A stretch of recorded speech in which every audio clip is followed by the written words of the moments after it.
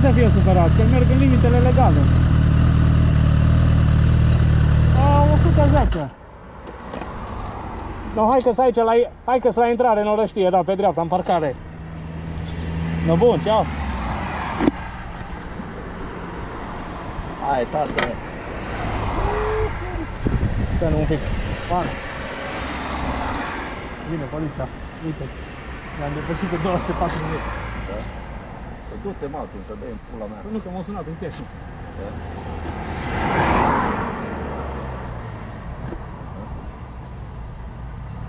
Da, pula ei. Nu, mă, că e un cash, mă, stai liniștit. E?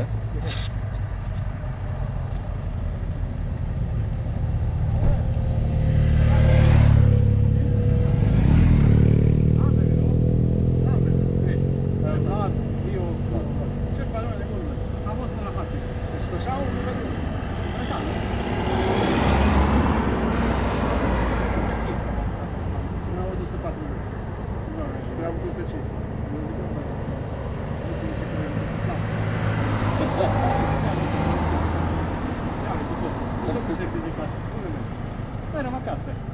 Da? Da. Ce faceți? Avem ceva treabă. Vedeam că m-a sunat tovarășul, că n-am înțeles.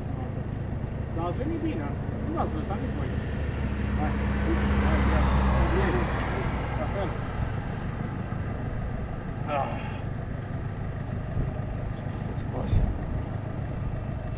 Ți-ai dat.